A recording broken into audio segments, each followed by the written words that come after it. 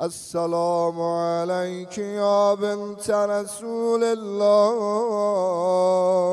السلام عليك يا بنت فاطمة وخديجة. السلام عليك يا بنت أمير المؤمنين.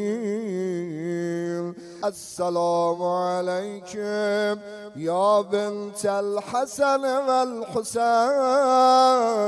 السلام عليك يا بنت ولي الله.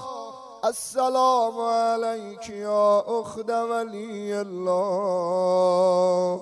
السلام عليك يا عمة ولي الله.